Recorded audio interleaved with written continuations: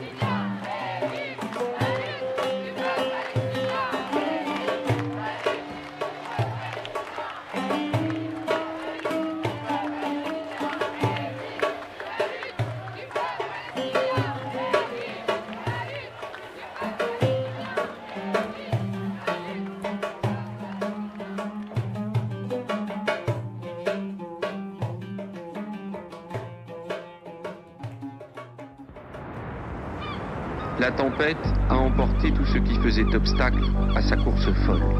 Maintenant, est-ce qu'on peut éviter de sombrer dans l'éco-anxiété et être dans l'action ?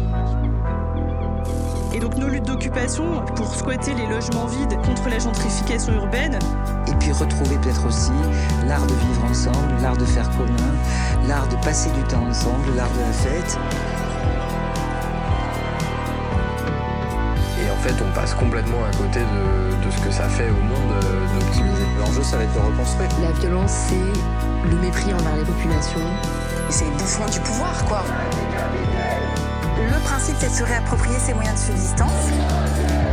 On peut relâcher des sangliers sur les terrains de golf des bourgeois. Oui, ça va passer aussi par du sabotage. Là, c'est une grue qui s'est effondrée. Je sentais qu'il se passait quelque chose.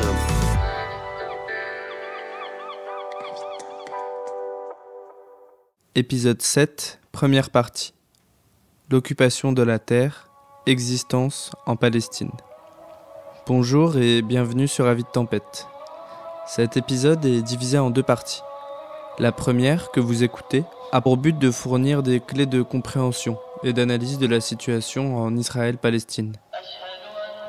Pour tenter de sortir du brouhaha médiatique qui multiplie les mauvaises polarisations, les fausses analyses et les mensonges, nous avons voulu prendre le recul nécessaire qui nous permette de complexifier la situation. L'histoire de la Palestine n'a pas commencé le 7 octobre.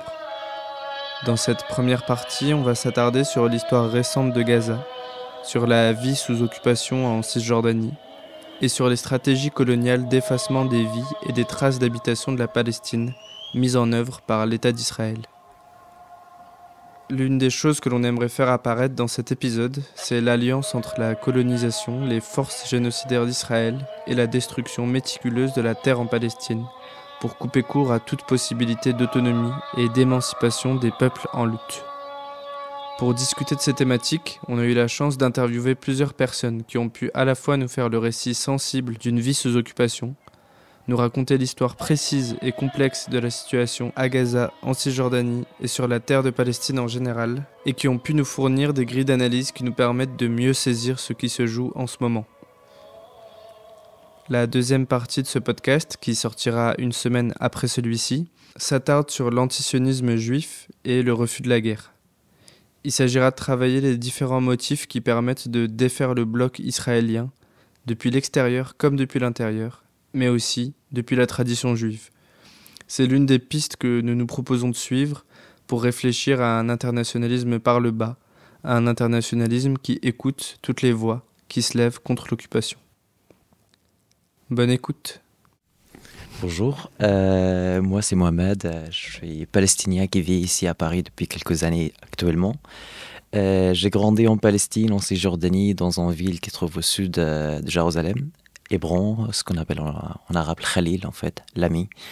And me, my name is Ahmed. I'm from Gaza, Palestine. I lived there most of my life until recently, where I moved to France. I've always been vocal about the Palestinian struggle, especially the unique situation of the people of Gaza, and talking about it in daily life or in any capacity is a normal thing for a Palestinian, you know.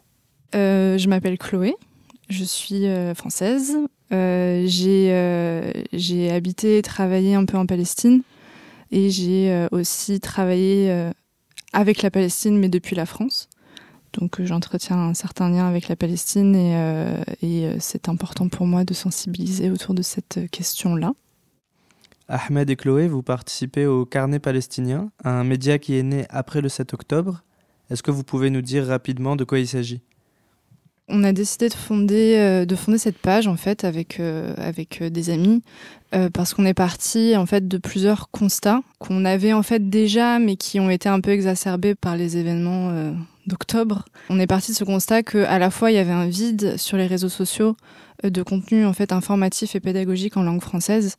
Et l'autre constat, c'était vraiment le traitement médiatique très critiquable de ce qui se passait en fait en Palestine, avec une méfiance constante de toutes les informations qui viennent de Palestine, qu'il faut prouver, reprouver, reprouver, qu'il faut justifier, mais en parallèle de ça, qui donne un grand boulevard d'expression à tous les discours justement sionistes, voire aux porte-parole ou aux représentants de l'armée, sans leur opposer aucun contradictoire, alors qu'on sait très bien l'utilisation de la propagande qui est faite par le gouvernement et par l'armée. On reproche aussi l'utilisation de termes qui sont extrêmement déshumanisants vis-à-vis des Palestiniens.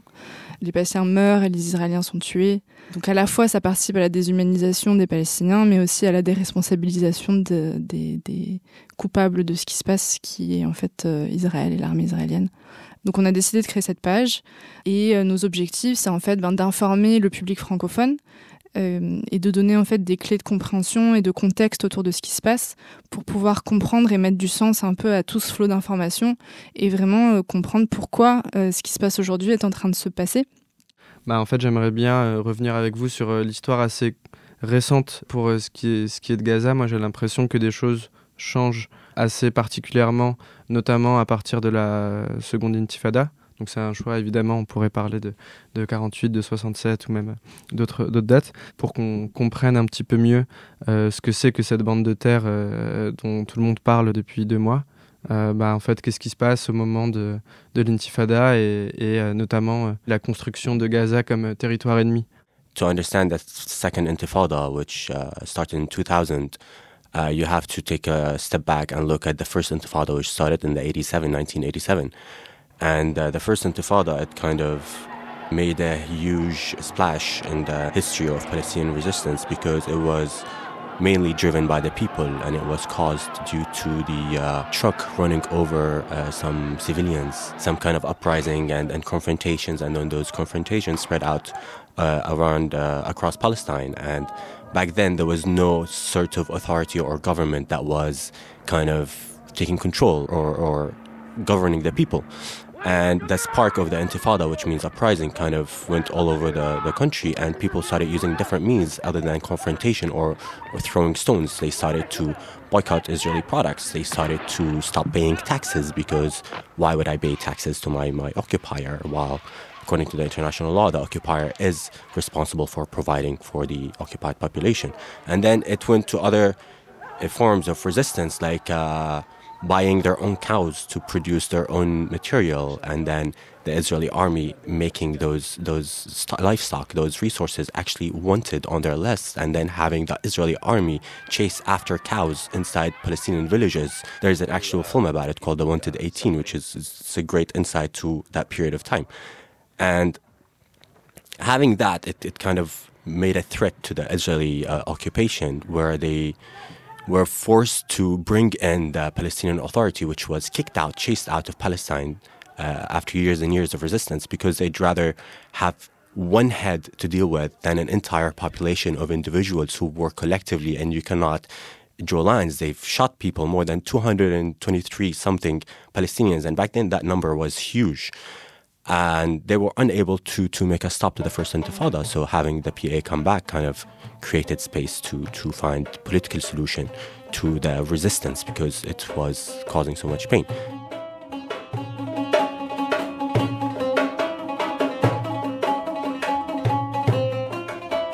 The second Intifada was a continuation because the first Intifada ended in 1993 with an agreement to sign the Oslo Accords. La pelouse de la Maison Blanche à Washington le 13 septembre 1993. Yasser Arafat et Yitzhak Rabin signent les accords d'Oslo sous l'égide de Bill Clinton, un événement qui vaudra le prix Nobel de la paix au chef de l'Organisation de libération de la Palestine et également au Premier ministre israélien.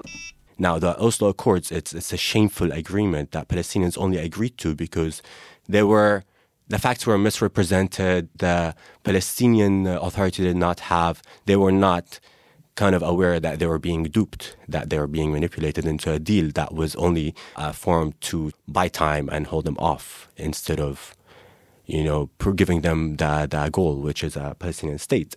And the second Intifada kind of came to show that Palestinians are not happy with this agreement and that Sharon, the prime minister back then, invading Al-Aqsa Mosque with more than 2,000 Israeli soldiers occupying them and invading and violently just desecrating such a holy space for Muslims all around the world, it drove Palestinians to that same sense of confrontation against an occupation that was never going to let them go. And same scenario happened all over again. Popular and people-driven Intifada rose up and only ended when the PA once again made compromises and laid down. They pressured the people to stop. They gave Israel once again what they wanted in exchange for promises that were never ever fulfilled. Now, from the Intifada up until 2004, 2005, where the Israelis withdrew from the Gaza Strip, there were several huge events that happened, including the Israeli army setting precedent and killing an International Solidarity Movement member, which is Rachel Corrie, in 2003 in Rafah, in front of cameras. Rachel Corrie was an American activist with the International Solidarity Movement and was in Rafah, southern eastern side, helping farmers protest the destruction of farmers' houses in Rafah during the time of Israeli control of the Gaza Strip. And she was killed, bulldozed twice, in front of cameras, in front of International Solidarity Movement members, and it was taken to court. That was back in 2003. And in 2015, after years and years, the driver was acquitted.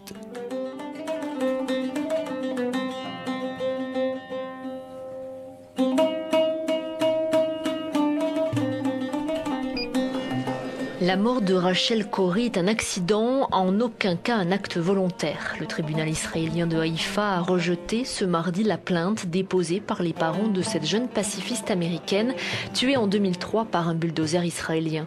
Elle manifestait alors avec d'autres civils contre la destruction d'une maison palestinienne dans la bande de Gaza. Selon les résultats de l'enquête, la jeune femme perturbait les opérations sur le terrain et elle n'a pas été écrasée mais ensevelie par la terre poussée par l'engin. Pour la famille, ce verdict est fondé sur des faits déformés.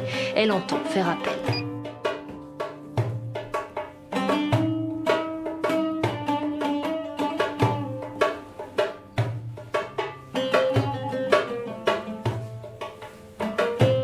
Similar stories have happened from 2000 up until 2004, 2005. And then after the Israeli forces withdrew, they kind of created this bubble. It's somewhat of just a closed community where people are not allowed to live or do anything that is not conditioned or controlled.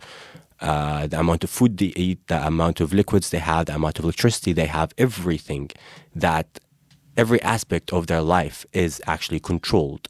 And that is what drove the next stage of creating an armed resistance that kind of obeys no one and only stands to gain more and to grow bigger because the status quo is forcing it to do so. Because it is a manifestation, a representation of the will of the people that have been facing injustice for 75 years. And actually the spark was in the Second Intifada of the start of a newly formed resisting groups like Hamas or Islamic Jihad or et cetera, in the presence of previous actual ones like the Palestinian Authority Fatah or Palestinian Front, Public Front for Liberating Palestine, which were more leftist and moderate political groups. And then you have more extreme versions like Hamas, extreme right, and Islamic Jihad. And seeing those two different faces kind of drove the people to realize that the current leadership is not quite representative of the people and their needs. It's too allied with the West. It's too faithful to the U.S. And that kind of made the elections that were to come later on after the assassination of Yasser Arafat and the need to replace him with a like-minded or a soft-minded leader that would be loyal to the U.S.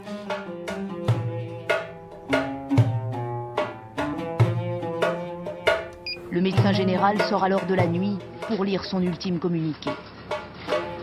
Monsieur Yasser Arafat, président de l'autorité palestinienne, est décédé à l'hôpital d'instruction des armées Percy à Clamart le 11 novembre 2004 à 3h30.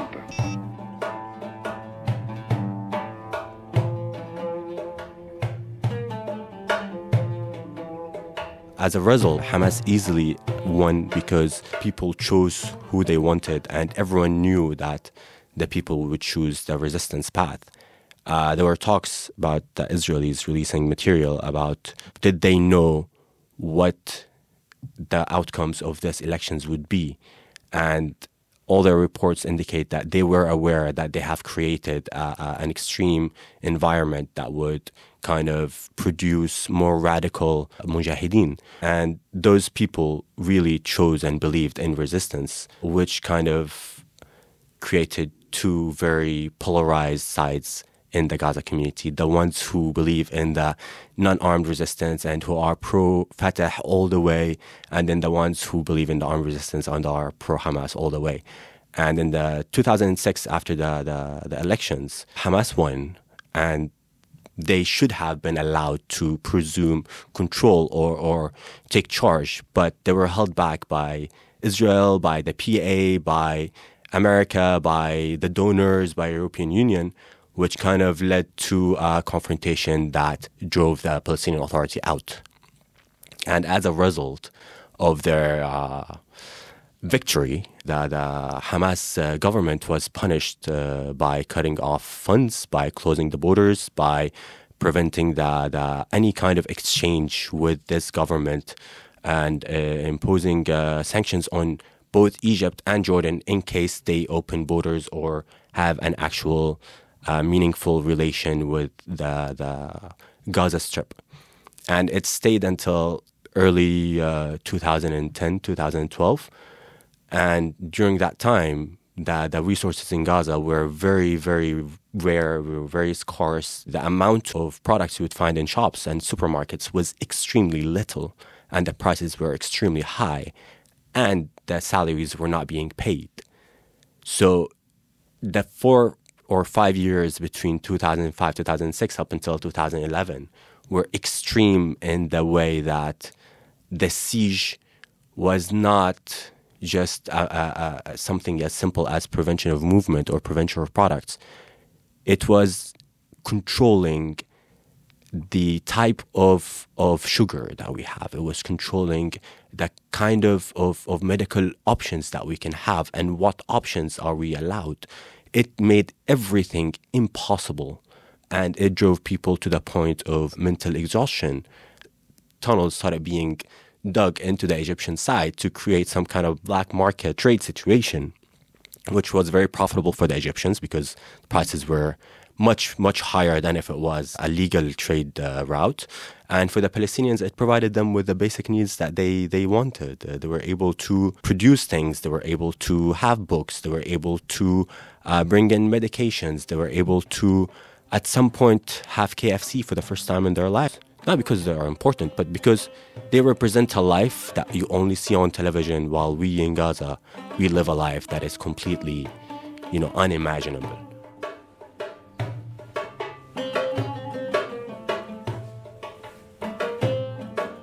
Bon, maintenant qu'on y voit plus clair dans la situation qui a conduit Gaza à exister de la façon dont on la connaît aujourd'hui, j'aimerais bien revenir avec toi sur ce qu'on appelle les guerres de Gaza, en 2008, 2012, 2014, qui à certains égards pourraient être considérés comme les laboratoires de la situation telle qu'on la connaît aujourd'hui, et peut-être un peu moins médiatisé, mais tout de même important, ce qu'on a appelé les grandes marches du retour entre 2018 et 2019, ces grandes manifestations populaires qui avaient comme revendication celle de la possibilité du retour des Palestiniens sur leurs terres. Most people know of the 2008, 2012, 2014, and 2023. What they don't know is that there was the Rainbow War or the Rainbow Aggression.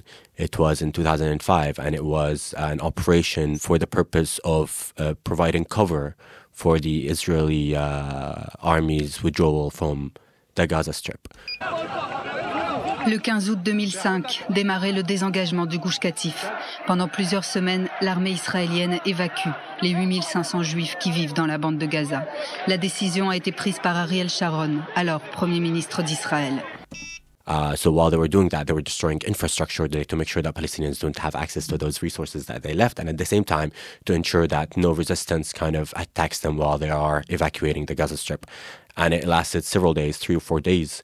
And no one ever talks about it, and it completely destroyed big parts of the Rafah southern side of the border.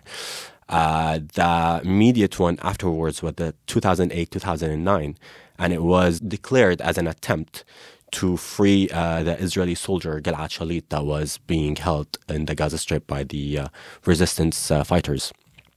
And it lasted 23 days.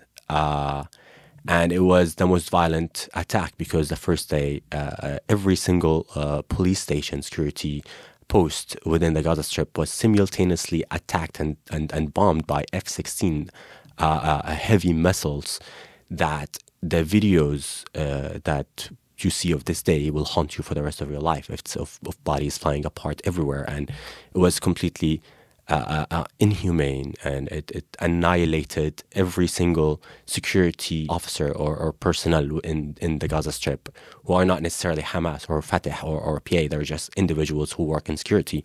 Le 27 décembre 2008, peu avant midi, Israël lance une attaque aérienne d'envergure à Gaza. Les premières victimes, ce sont ces policiers regroupés dans le commissariat central de Gazaville. L'opération Plomb durci a commencé. Malgré les demandes de l'opinion internationale, Israël poursuit l'opération pendant 21 jours. Au total, 1400 Palestiniens sont morts contre 13 Israéliens. Les pertes civiles et matérielles sont lourdes à Gaza. And the second war was just 2 years or 3 years after. It was in 2012.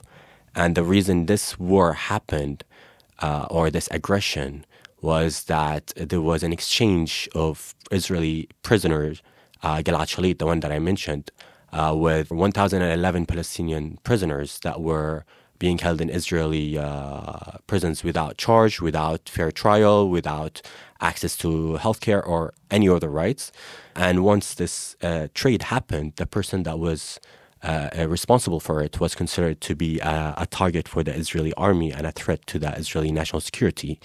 And that was the 2014 war. It was just because Israel decided to assassinate that person after an exchange of prisoners and a signed deal. And as a result, an 11-day aggression on the Gaza Strip started, and it only ended because Egypt intervened. And back then, the regime that was running Egypt was Islamic Brotherhood. So it had somewhat of a pressure on the Israeli side to kind of end this war soon enough. But thousands were killed, tens of thousands were injured, hundreds of families were displaced. So it was short, but it was just as brutal as any Israeli aggression.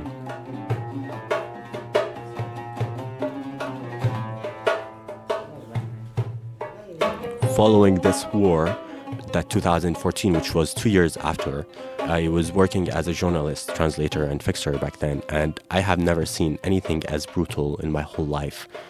It was 52 days, And every single day, there were several massacres that would unfold throughout the night. And then in the day, you would have to chase those stories around to see what happened or who died or in which circumstances. And several crimes against humanity were committed throughout these three wars. The use of white phosphorus was present in 2008, 2012, and 2014. The targeting of civilian homes, entire residential blocks were present in all three wars. The attacks on journalists were present in all three wars. So the crimes that we are seeing in 2023, they're not new, but their intensity and the volume and the lack of bothersome or worry that they will be held accountable, that's the appalling part. But crimes such as the ones being committed in 2023 have always been part of the Palestinian history, and Palestinians have always been talking about it, but no one has been paying attention. And the 2014 war was somewhat of a jump because 52 days of non-stop conflict where Ramadan, the most holy month for Muslims, was marked daily with huge numbers of Palestinians being killed right after the call for prayer, which is when Muslims break their fast. So you fast your whole day, you hear the prayer, you start to eat, and then you're bombed in your house.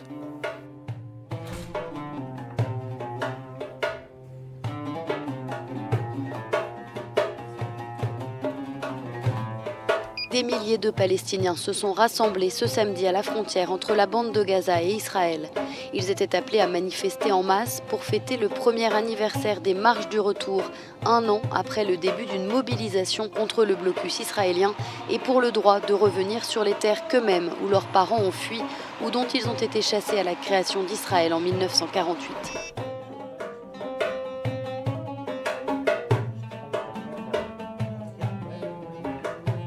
That's what kind of was evident in the 2018-2019 Great March of Returns, 2021 attack, and 2023 attack, was that Israel was behaving in a way that shows they do not care about consequences. The 2018 Great March of Return was actually just the final version of these marches, but they have been going on since 2011. Me personally, I've been holding several protests weekly with international solidarity movements in the Gaza Strip and with farmers, where we would go to the borders and we would protest, we would sing songs, we would make food. It was all peaceful means of protesting and to provide cover for farmers to be able to farm their lands and kind of reap their products.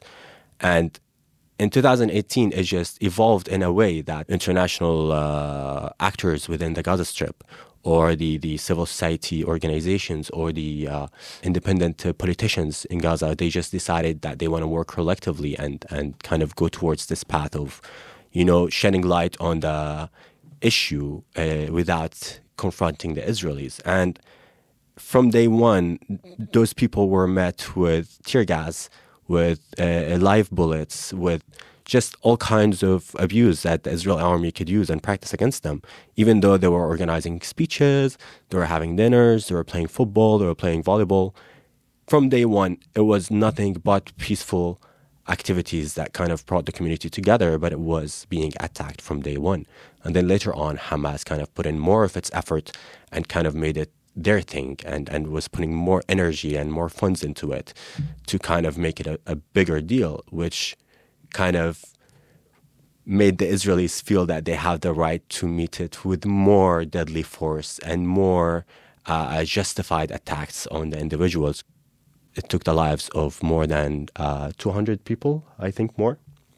The end of the Great March of Return in 2019 was unfortunately a very sad thing because from its start till its end, it has been everything that the West asks Palestinians to do. It's like, don't fire rockets, just protest peacefully. Don't call the world as a Zionist. No, they're not Zionists.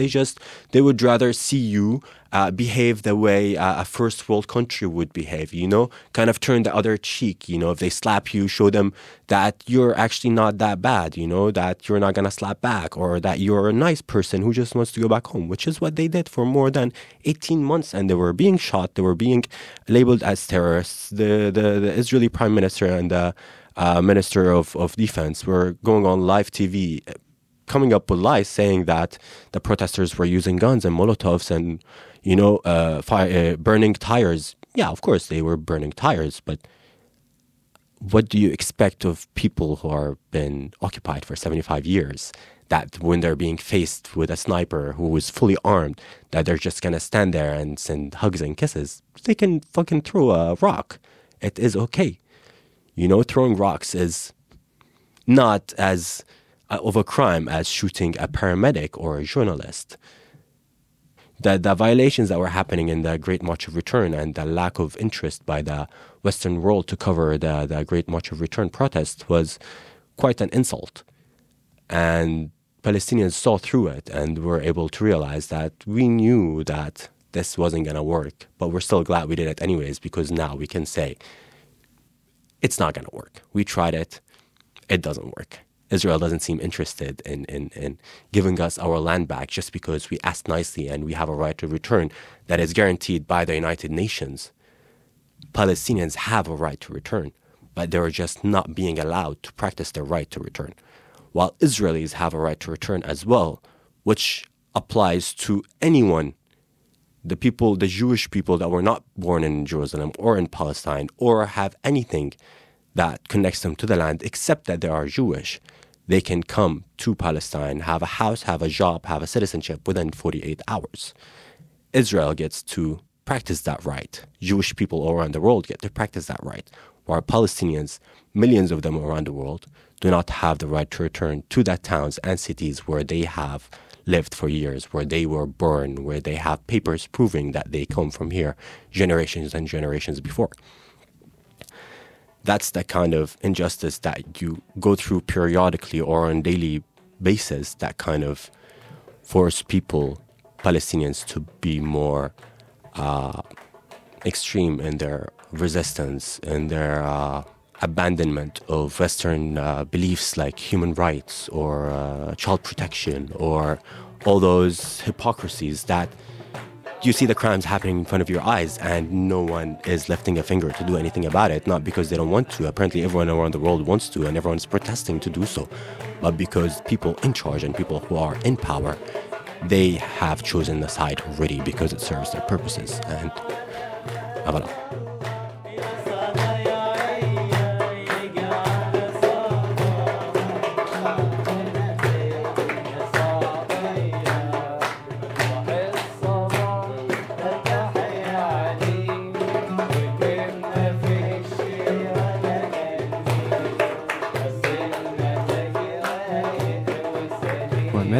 Moi j'aimerais bien parler un petit peu avec toi de l'endroit d'où tu viens, donc Hébron et la Cisjordanie. C'est une situation particulière parce que en fait depuis 1967 c'est un territoire occupé par l'armée israélienne et un territoire qui a été fragmenté d'une certaine façon.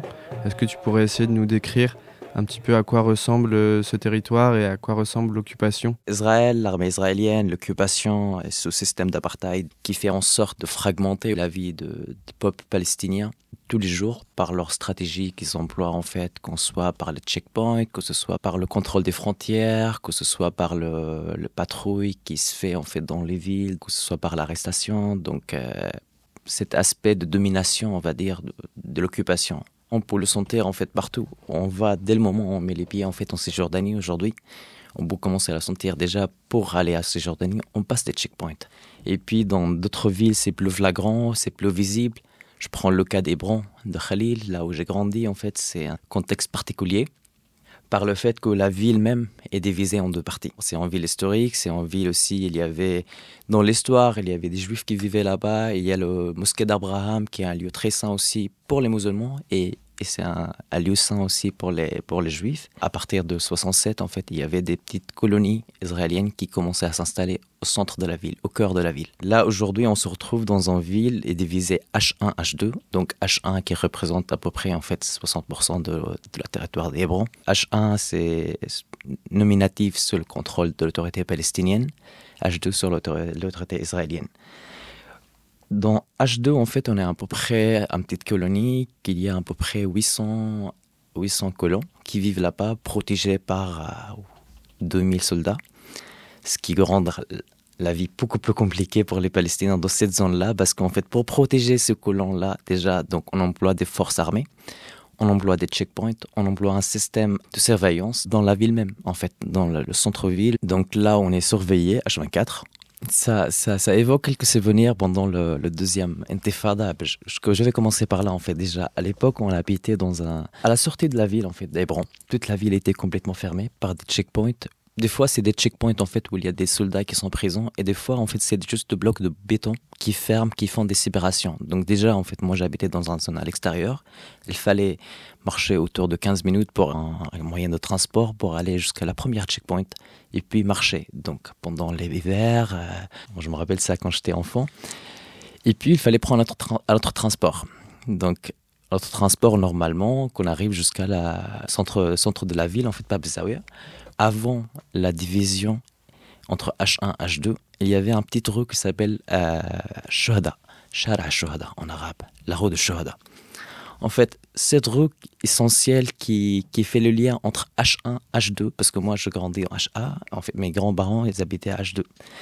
Et je me rappelle de ce souvenir, en fait il fallait juste traverser ça pendant 10 minutes. Tout en marchant tout droit, c'était une ville très animée à l'époque, même avant l'intifada, où on voyait des vendeurs de marchandises, on voyait des vendeurs de légumes, on voyait des petits commerces qui s'installaient là-bas. C'était vraiment le centre de la ville, quoi. Et c'était juste 10 minutes. Une fois, on a commencé à instaurer ce système on a fermé déjà la route parce on a commencé à protéger plus des colons qui vivaient là-bas. On commençait à prendre de plus en plus, en fait, de contrôle sur l'espace, sur cette zone-là. Donc nous, la deuxième option, elle nous a laissé, en fait, c'est d'aller faire un détour, en fait, pour aller jusqu'à mes grands-parents. Donc on est passé de 10 minutes à 45 minutes à 50 minutes, voire. Donc ça, c'est dans le cas normal. Après, il y a toujours une troisième option, et c'est encore plus pénible, parce qu'on peut traverser par la vieille ville. Mais en passant à côté de la mosquée d'Abraham, donc déjà, il y a un premier checkpoint. On entre à l'intérieur, on se fait arrêter, on présente la pièce d'identité. Des fois, on nous demande, en fait, d'attendre jusqu'à qu'il vérifie, en fait, ton dossier. Il y a plusieurs fichiers, en fait, pour tous les Palestiniens, surtout pour les habitants d'Hébron, par exemple. C'est par classe de couleur, en fait, des catégories. Rouge, ça veut dire, en fait, c'est quelqu'un qui est déjà un casier judiciaire, qui était prisonnier quelque part. Donc là, il sera emmerdé plus que d'autres. Quelqu'un qui participe à des manifestations, qui a un avis politique, donc il est plutôt jeune. Donc celui-là, en fait, ça dépend. Des fois, on l'arrête, on va l'emmerder pendant quelques heures. Ça peut durer 3 heures, 4 heures, arrêter là-bas. Et des fois, ça peut aller très vite. Il n'y a pas en règle exacte. C'est toujours aléatoire. Et des fois, on passe sans problème. Mais il faut toujours passer par ce premier checkpoint. Une fois on a passé ce premier checkpoint, on va traverser une petite zone où là, on voit, c'est encore une autre chose. Dans une petite rue de 2 mètres de largeur, c'est dédié pour les Palestiniens. Et à côté, vous avez un grand rue, en fait, de 5-7 mètres. C'est pour les colons. C'est séparé par un bloc de béton. C'est assez séparé. On peut se voir. En fait, c'est d'1 mètre de longueur. Donc, on peut se voir, bien évidemment. Et puis, une fois qu'on traverse cette petite rue, en fait, et on est confronté de passer par un deuxième checkpoint. Normalement, c'est 3 minutes, 5 minutes. Mais ça peut prendre 20 minutes, 30 minutes, ça peut prendre 1 heure, 2 heures, 3 heures, voire plus. Donc ça, c'est juste un petit parcours, un exemple qui comment en fait la fragmentation, comment le système d'occupation instauré à la ville de Hébron fait rendre la vie de ses habitants beaucoup plus compliquée.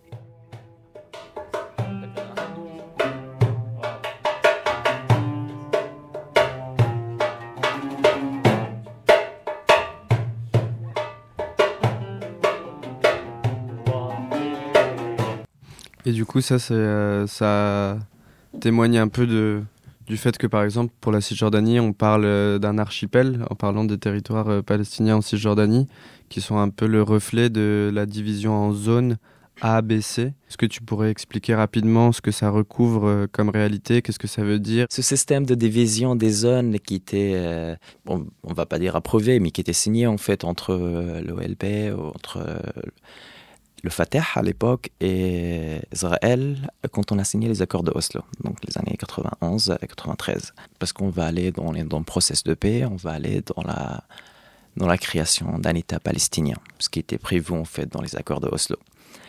Donc au départ, c'était prévu qu'on va diviser en fait les Cisjordanie en 3 zones. Zone A, zone B, zone C. Zone A, donc, ça veut dire en fait sous l'autorité palestinienne. Les Israéliens n'ont pas le droit d'y aller. Zone B, donc c'est une zone, on va dire, zone partagée. Donc, généralement, c'est les Palestiniens qui ont le droit d'exercer leur vie, en fait, de construire des maisons, de vivre, de continuer. C'est l'autorité palestinienne, donc c'est l'autorité palestinienne qui prend le contrôle là-bas. Et les Israéliens doivent demander à l'autorité palestinienne, donc demander le permis ou l'autorisation, on va dire. Normalement. Là, on parle dans le théorie, ce qui était prévu. Et zone C, c'est des zones qui sont contrôlées par Israël. Et les Palestiniens n'ont pas le droit, même s'ils sont propriétaires de ces terres, de ces maisons, ils n'ont pas le droit de construire, ils n'ont pas le droit d'aller plus loin, sauf s'ils demandent en fait le permis de l'autorité israélienne. Mais dans la réalité, c'est complètement autre chose. Ces zones-là, en fait, et généralement, en fait, selon les accords d'Oslo, cette division, on va dire, ces 3 zones ABC, était censée être durer pendant les premiers 5 ans. Ce qu'en réalité, ça continue toujours. Zone 1, l'autorité palestinienne est présente là-bas, mais les Israéliens aussi sont présents. À n'importe quel moment, on peut voir les patrouilles israéliens qui entrent dans les villes. Quand elles font des arrestations, elles ne demandent pas le permis. Par exemple, Hébron a été considéré comme zone A. Finalement, Hébron est un cas particulier. Elle a passé par le protocole d'Hébron, en fait, qui était signé et qui était pour diviser la ville, comme on disait tout à l'heure, en HA et H2. Zone B, par exemple, pareil, où ils sont censés, en fait, de travailler toujours en collaboration entre l'autorité palestinienne et israélienne. Sauf qu'actuellement, en fait, zone B, c'est comme les zones C aussi. Elles peuvent démolir des maisons à n'importe quel moment. Donc, dans le théorie, on peut dire en fait que oui, Cisjordanie est divisée, l'autorité palestinienne a son propre contrôle sur le territoire, mais en vérité, non. Et là, aujourd'hui, en fait, le zone C, c'est généralement là où on est en train de construire les plus grandes colonies ou des colonies vraiment pour l'armée israélienne, c'est des camps d'entraînement. Vous avez des colonies aussi qui sont pour les habitants. Et des colonies commerciales, on va dire, où ça se passe, il y a des usines. Et c'est toujours dans des zones très stratégiques, très importantes, en fait. C'est pas choisi d'hasard, en fait. Moi, j'ai l'impression que dans les stratégies israéliennes, il y a la question de la division politique. Et typiquement, la dernière fois, on discutait de ça et tu nous disais l'autorité palestinienne, on le vit presque comme une seconde occupation. En fait, on est forcé de créer une autorité palestinienne parce qu'on nous dit, en fait, on va sortir de tout ça avec un État palestinien suite aux accords d'Oslo. Et en fait, ça piège à rentrer dans le jeu de la création d'un État palestinien. Et du coup, en attendant, il y a cette autorité qui émerge, qui est presque sous tutelle israélienne et qui participe à la coordination de sécurité en Cisjordanie. Pourquoi toi, tu ressens ça comme une seconde occupation? L'autorité palestinienne, OLP à l'époque, ont décidé de jouer le jeu. En fait, on va dire, ok, on va jouer le jeu de démocratie, on va signer les accords de Oslo, on va entrer, Mais c'était pas la volonté du peuple palestinien, déjà. Mais ils ont accepté le peuple palestinien. On est là, mais on voit en fait que l'autorité palestinienne qui n'ont pas le pouvoir quelque part.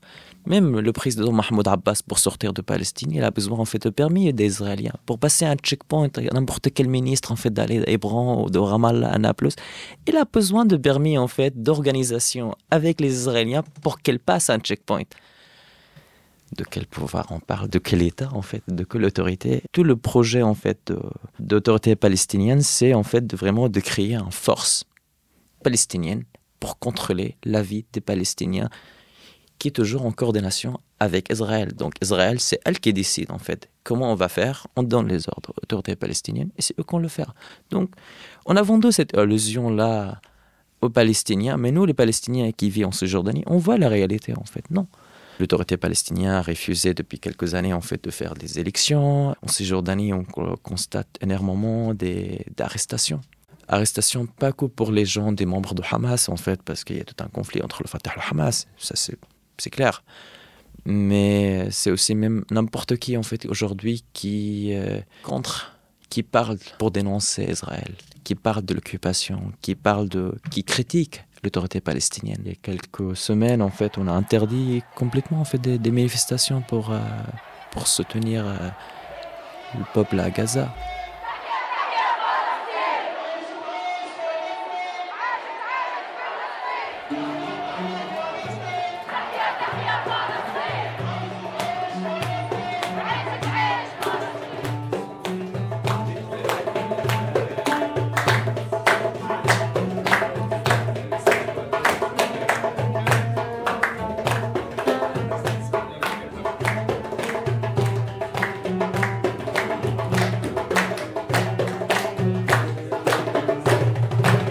Dans les carnets palestiniens, vous insistez sur l'emploi du mot génocide.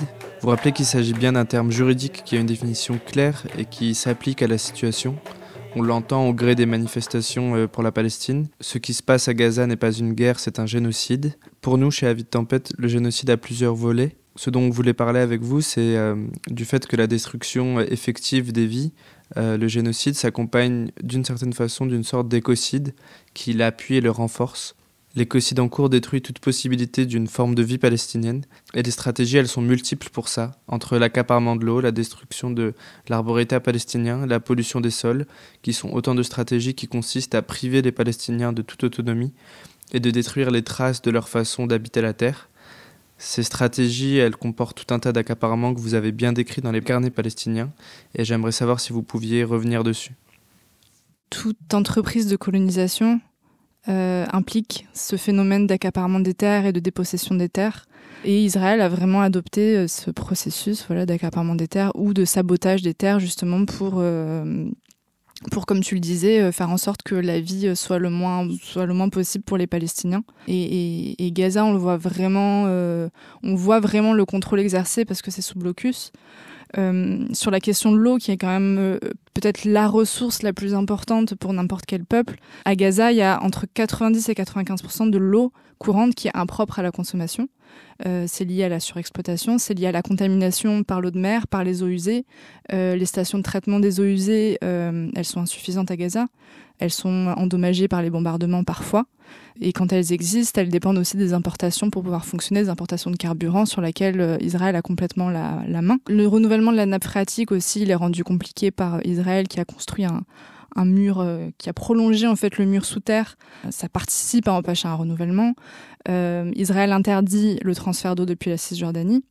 Normalement, Israël est obligé en tant que puissance occupante, et ça c'est dans le droit international, c'est dans la 4e Convention de Genève, de subvenir aux besoins des populations occupées, et notamment en termes de ressources si elles sont insuffisantes.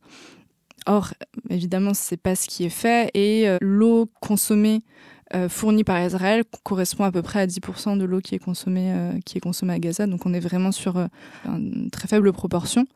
Il y a aussi un autre moyen à Gaza d'avoir de l'eau potable, c'est la désalinisation de l'eau de mer.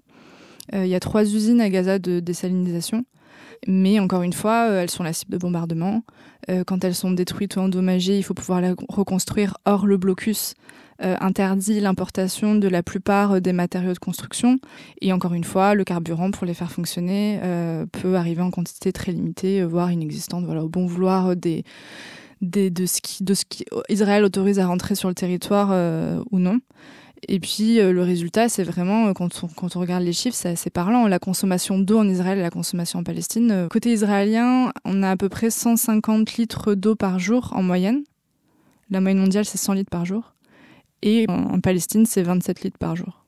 Et avant octobre, parce que depuis octobre... donc ça, c'est la question de l'eau. Mais il y a vraiment ce processus sur toutes les ressources. Il y a la question du gaz qui est assez parlante. Déjà, il faut savoir qu'Israël dispose de plusieurs gisements de gaz au large de sa côte, donc qui, avant d'être découvert, aurait pu être palestinien. Et il y en a un autre qui a été découvert donc au large de Gaza en 99, qui s'appelle Gaza Marine. et qui est en fait dans la zone d'exploitation autorisée pour Gaza, selon les accords d'Oslo. Donc théoriquement, c'est dans cette zone-là. Mais en fait, par diverses tractations, Israël empêche l'autorité palestinienne, qui est donc compétente pour gérer l'exploitation de ce gisement. Elle empêche en fait qu'il y ait une signature d'accords d'exploitation. Et en gros, Israël court-circuite l'autorité palestinienne en négociant directement avec la société qui était intéressée pour travailler là-dessus, qui s'appelle c'est BG Group. Les accords d'Oslo disent que la zone d'exploitation en mer de Gaza, c'est 20 miles marins. Mais sauf que dans les faits, ça n'a jamais été le cas. On en reparlera après pour la pêche, mais Israël, en fait, décide de manière unilatérale quelle est cette zone-là et peut la changer à tout moment. Donc au début, ça a été 12 miles, ensuite ça a été réduit à 6, ensuite ça a été réduit à 3. Donc évidemment, la zone de gisement est bien au-delà de ça. Et techniquement, ce qui se passait, c'est que quiconque dépasse la limite qui est imposée par Israël à un moment T, se fait tirer dessus. Donc évidemment impossible d'aller développer un projet d'exploitation. Il y a des négociations qui reprennent quand même en 2021 entre l'autorité palestinienne, l'Égypte et Israël, sachant que l'autorité palestinienne n'est pas compétente aussi dans le cas de Gaza.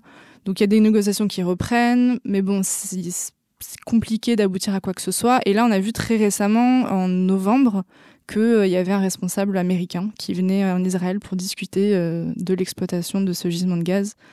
Donc, en résumé, la souveraineté palestinienne qui est normalement acquise de droit sur ce gisement-là s'éloigne en fait petit à petit. Et le résultat est que Gaza est complètement dépendante d'Israël sur le point de vue énergétique.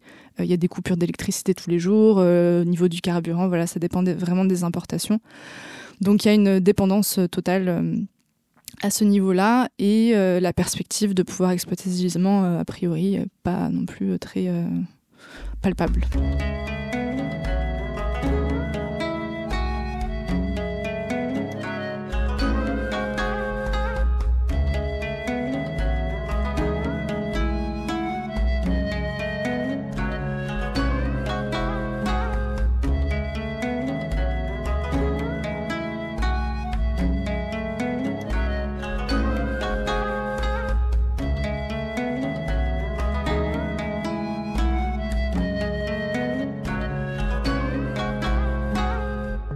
Ensuite, sur le cas de Gaza, il y a deux secteurs d'activité qui auparavant étaient quand même très représentatifs de la main-d'œuvre palestinienne, c'est l'agriculture et la pêche.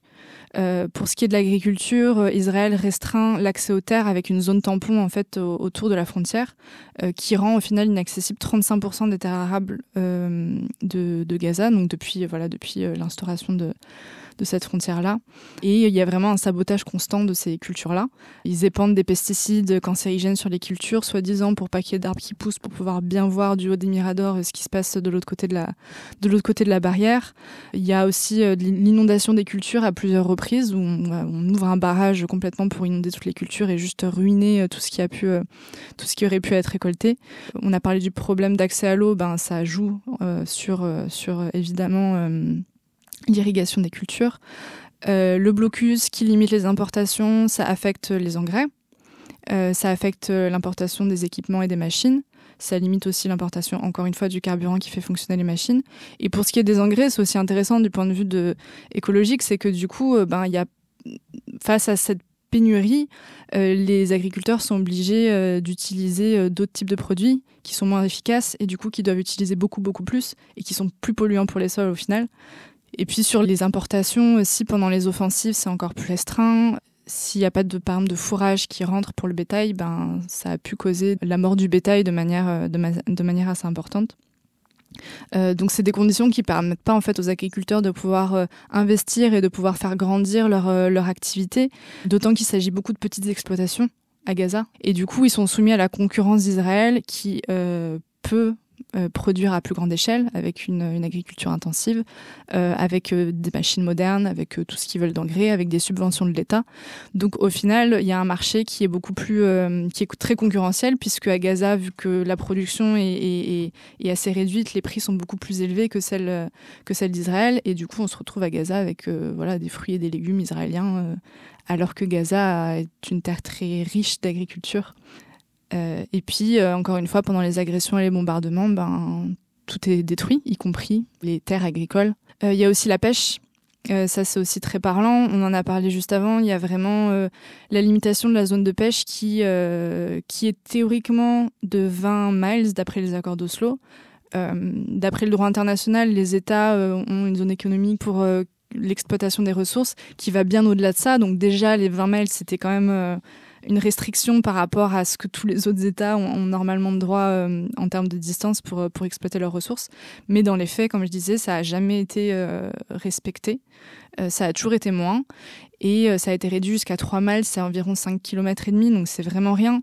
Et ça change tout le temps. En fait, vraiment, selon le bon vouloir d'Israël, ces distances sont réévaluées constamment.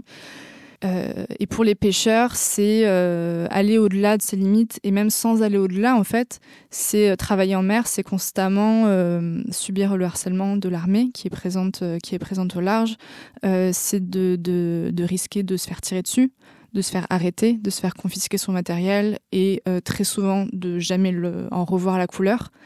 Donc ça, c'est vraiment la vie quotidienne des pêcheurs. Et ils n'ont pas besoin de dépasser la limite pour être victimes de ça. Très fréquemment, ils ne sont pas du tout au niveau de la limite et il y a eu des agressions alors qu'ils étaient totalement dans leurs droits. Les pêcheurs, ils sont de moins en moins parce que du coup, il n'y a pas assez de ressources. Aujourd'hui, on estime qu'ils font vivre à peu près 50 000 personnes puisqu'ils subviennent aux besoins en fait de leur famille. Et en fait, il y a vraiment une surexploitation et un épuisement des ressources puisqu'ils ne peuvent pas aller au-delà d'une certaine limite et ils sont contraints de rester dans une zone où en fait il y a très peu de poissons puisque plus on va au large, plus il y a de poissons et une variété très restreinte. Du coup, c'est surexploité. Bon, les poissons n'ont pas le temps de se reproduire, etc., etc. Donc, il y en a moins en moins. Il y a aussi un phénomène de pollution de ces eaux-là avec le déversement des eaux usées et compagnie. Et en plus, de la question des revenus insuffisants, il y a aussi donc le fait que ça devient une denrée rare, alors qu'il y en a plein la mer, et que les prix sont très élevés. Et ça pose des questions aussi de sécurité alimentaire, parce qu'à la base, c'était un aliment, on va dire, une protéine accessible, un aliment de base, en fait, sur les marchés à Gaza. Et aujourd'hui, c'est quelque chose de rare et de cher qu'il y a peu de gens qui peuvent, en fait, s'offrir. Voilà. Il est aussi important de comprendre que c'est le même processus en Cisjordanie et que c'est pas qu'à Gaza et que vraiment cette stratégie d'accaparement des terres et de dépossession des Palestiniens de leurs terres, c'est partout pour rendre la vie impossible et puis pour pouvoir installer davantage de colonies sur ces terres-là. Il y a des expropriations constamment. Sur la base de rien, de Palestiniens en Cisjordanie, notamment dans les zones C qui sont sous contrôle exclusif de l'armée israélienne et qui en fait correspondent à peu près 70% de la Cisjordanie. Donc quand on parle de Cisjordanie, de territoire palestinien, en fait il y a plus de la moitié qui est quand même sous contrôle exclusif de l'armée, où clairement ils font ce qu'ils veulent. Il y a aussi cet effort et cette stratégie de vraiment détruire en fait tout ce qui appartient aux Palestiniens, et on le voit notamment avec les oliveraies. Il y a constamment des destructions massives des oliveraies et des oliviers par des déracinements. Ils coupent, il y a des incendies, c'est par les colons ou par l'armée directement. En 2023, il y a une estimation, il y a à peu près 8800 arbres fruitiers qui ont été détruits, dont 80% qui seraient des oliviers.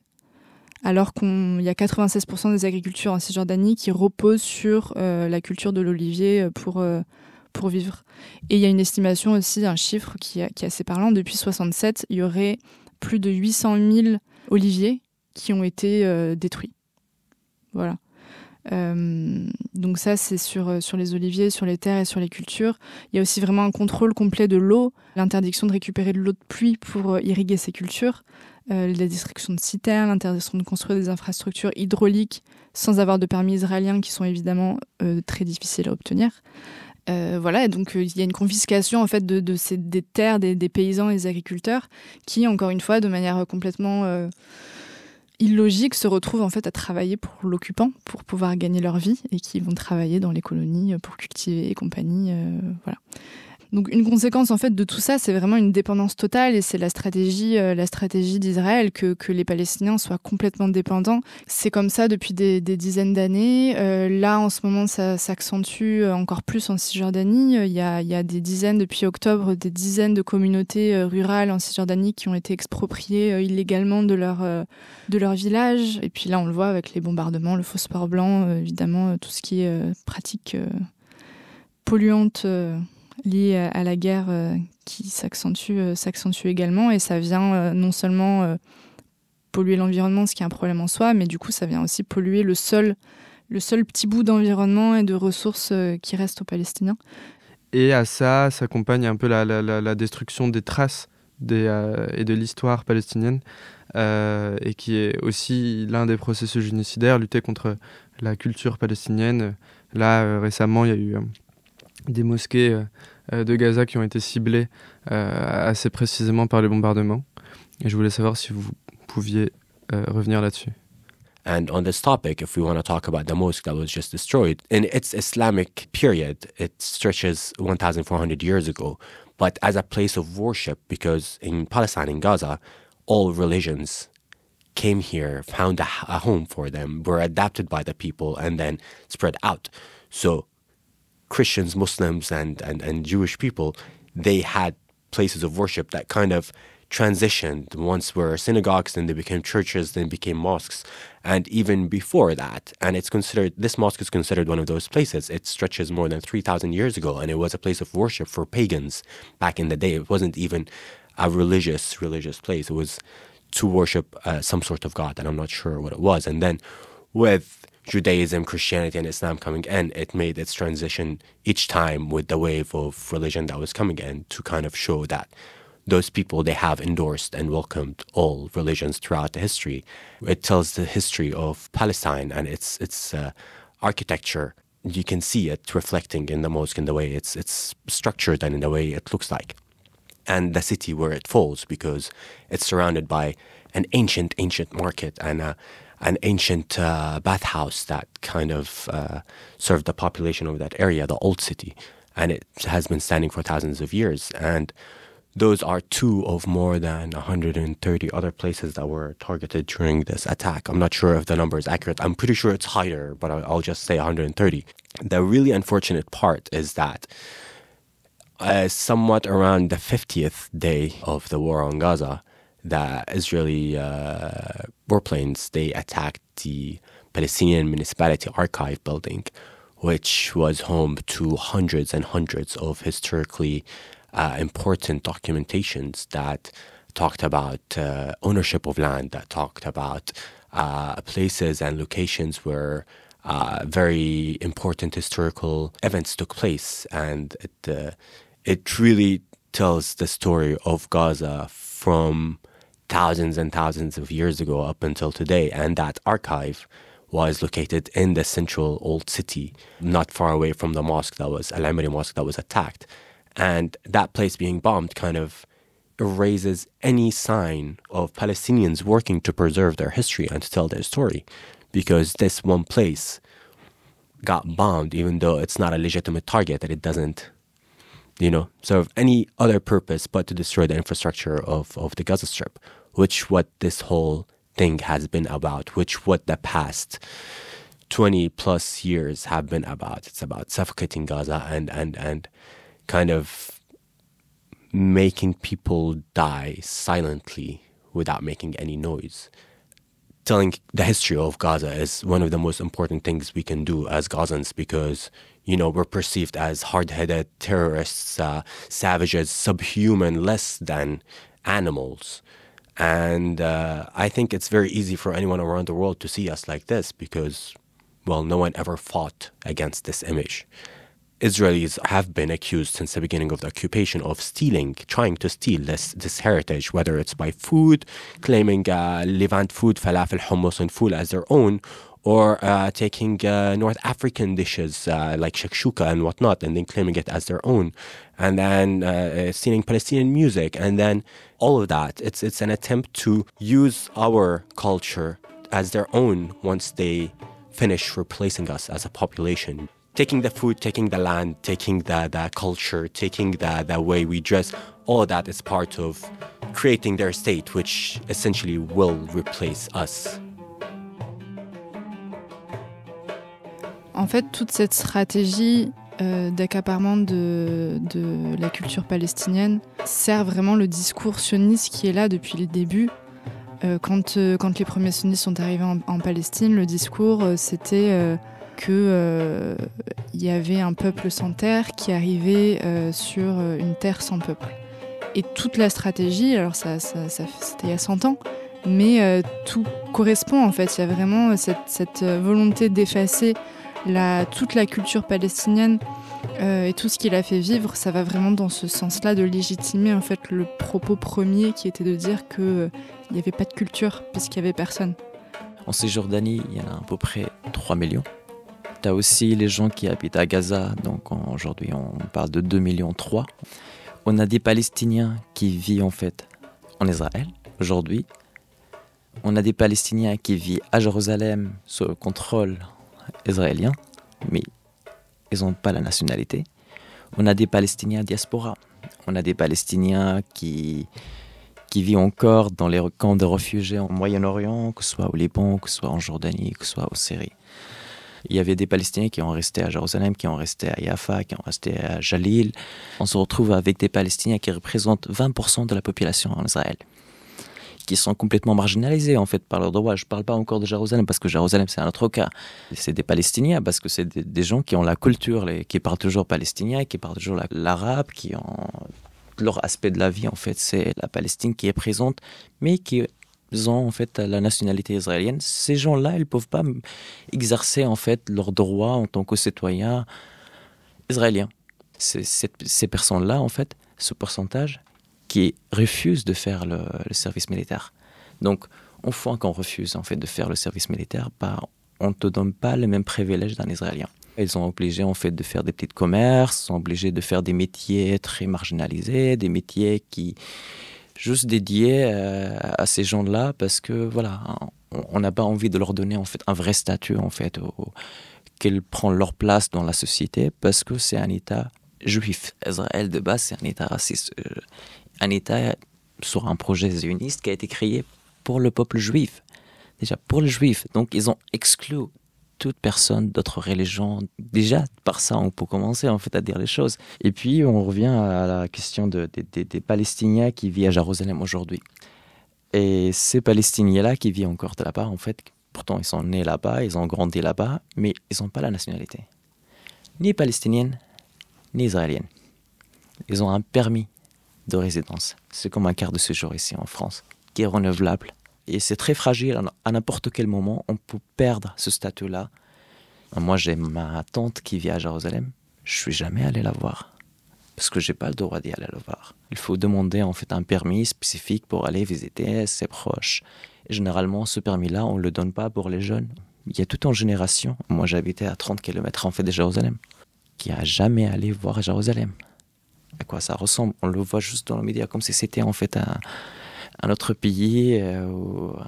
C'est quelque chose d'imaginaire en fait. Leur stratégie, c'est de faire chasser ces Palestiniens de Jérusalem. Et ça, c'est toujours l'objectif en fait de l'occupation israélienne, de faire fuir, de faire chasser les Palestiniens. Et Jérusalem, comme c'est un statut très particulier et très important aussi, en fait, c'est Palestiniens qui sont toujours là-bas à Jérusalem. Quelque part, ils font chier en fait à les Israéliens parce que voilà, ces gens-là, ils sont là, ils résistent, ils sont dans la résilience en fait de supporter toute l'injustice envers eux, mais ils sont là. Et c'est peut-être une question un peu difficile et un peu abstraite, mais du coup, qu'est-ce que c'est qu'être palestinien et qu'est-ce qui fait finalement commun, malgré les stratégies d'Israël de fragmenter cette population au maximum, qu'est-ce qui demeure? Je pense à cette question depuis un moment, en fait, qu'est-ce que c'est être un Palestinien? Aujourd'hui, en fait, un Palestinien, c'est quelqu'un qui a beaucoup mal au cœur. Être aujourd'hui Palestinien, je sais pas, moi je peux dire Palestinien aujourd'hui, c'est un Palestinien qui est opprimé. L'occupation israélienne, le faire sentir en fait que t'es pas humain. On a le droit de te traiter comme on a envie de te traiter en fait. C'est comme si c'est pas des humains en fait. Ouais, enfin, on peut les bombarder en fait. Depuis 7 octobre en fait, j'ai pas le même questionnement en fait, j'ai pas la même mentalité comme avant en fait quand je vois les choses, parce que pendant un moment en fait on parlait pas, on a complètement mis à l'abandon en fait la question, la cause palestinienne, on parle pas de ce qui se passe là-bas. Pourtant c'est la réalité qui existe toujours et c'est de pire en pire en fait depuis très longtemps en fait. La situation s'aggrave, ça s'améliore pas.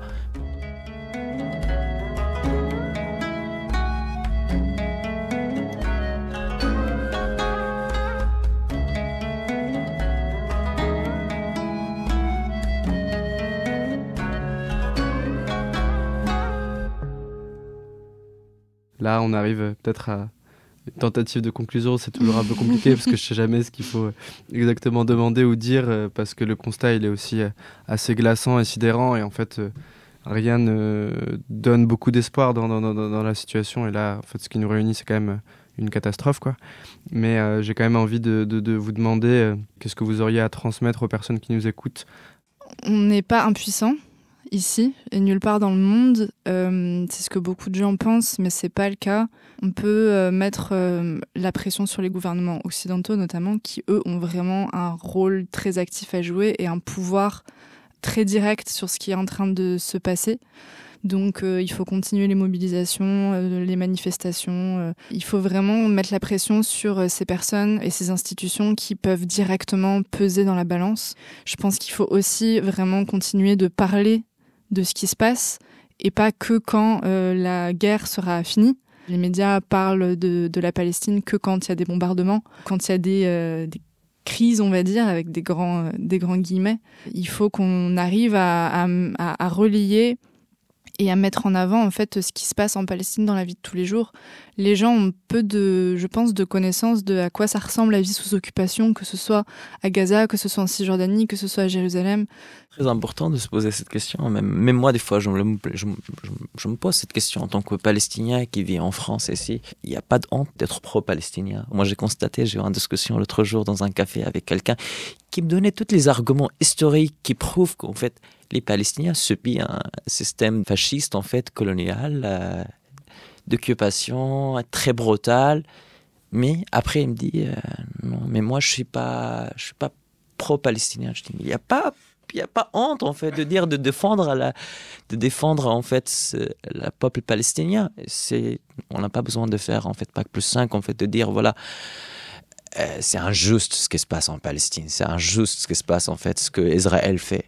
Personally, I just want to add one small little part. It's for us Palestinians, we kind of see politics in Europe and the West as a confusing thing for us. We did not for a long time understand the double standards that the Western world kind of perceives the rest of us, third world countries and the East, until big numbers of us started to live outside of Palestine and kind of understand the history of colonization and how the interests of those great colonizing countries are all preserved through relations with the governments that they put in power or allies in the region. And once we understood that, we kind of realized that Western powers were never really fight for Palestine's right to exist as a state or give us our rights. So it's kind of known that we will have to put pressure, we will have to fight for everything we want. And the way this has evolved recently by having a lot of people joining forces with us and kind of joining in with the fight and becoming more aware of what's happening is that it's making us a bit more optimistic about things changing. La famille, les amis, les frères, les sœurs, comme on dit à chaque fois, manifester c'est important. C'est grâce à votre mobilisation, c'est grâce à notre mobilisation à tous qu'on peut voir les positions des gouvernants complices se modifier ne serait-ce qu'un petit peu.